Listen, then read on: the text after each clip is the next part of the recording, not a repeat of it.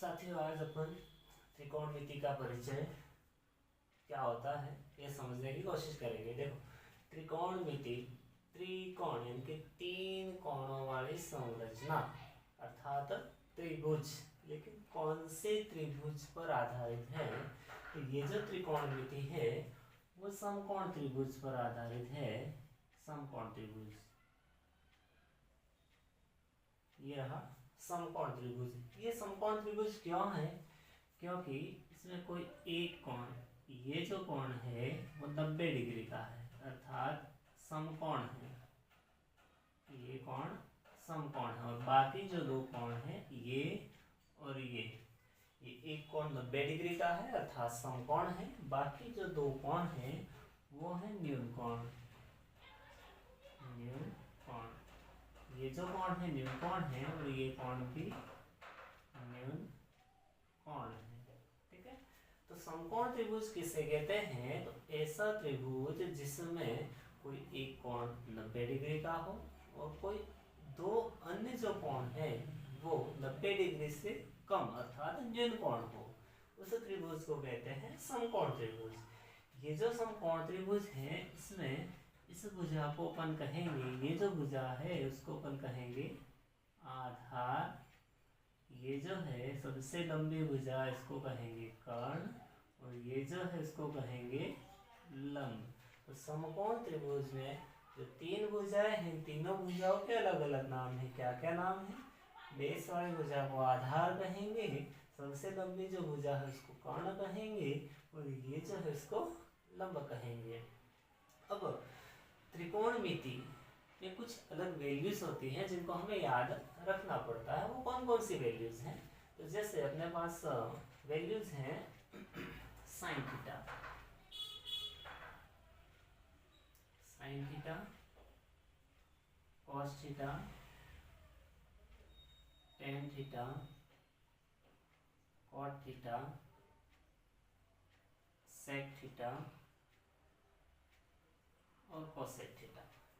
भाई त्रिकोणमिति में कुछ वैल्यूज है, वो कौन कौन सी वैल्यूज हैं? तो नंबर फर्स्ट है sine theta, cos theta, tan theta, cot theta, sec theta और कोसेक थीटा। ये जो वैल्यूज हैं उनको याद रखना पड़ता है। अब इनकी वैल्यूज क्या है वो भी तो हमें याद होनी चाहिए।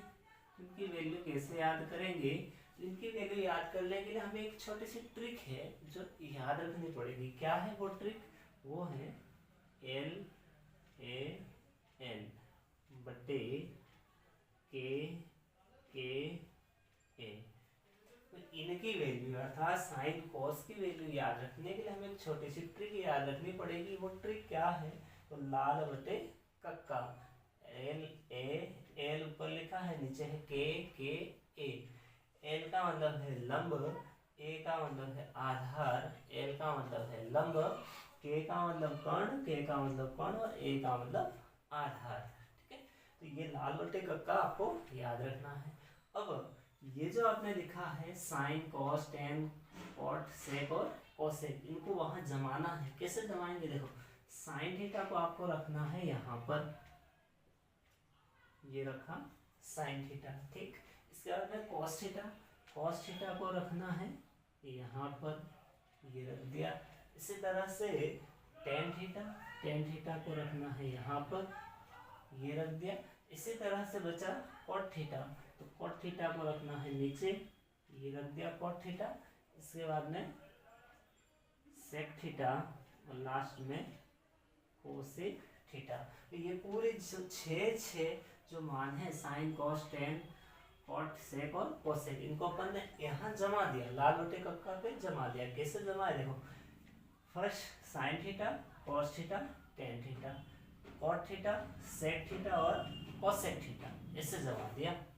अब देखो साइन थीटा की वैल्यू क्या होगी? तो साइन थीटा के जस्ट नीचे देखना है हमें क्या दिखता है। तो साइन थीटा के नीचे अपन देखते हैं तो लंब, एल का मतलब है लंब, के का मतलब है कर्ण, तो लंब बटे कर्ण। फिर साइन थीटा की वैल्यू क्या हो जाएगी? लंब बटे कर्ण हो जाएगी। तो यहाँ अपन लिख लेते हैं ये लंब बटे कर्ण, ये लिख दिया। भाई साइन थीटा की वैल्यू याद रखनी है, क्या होगी?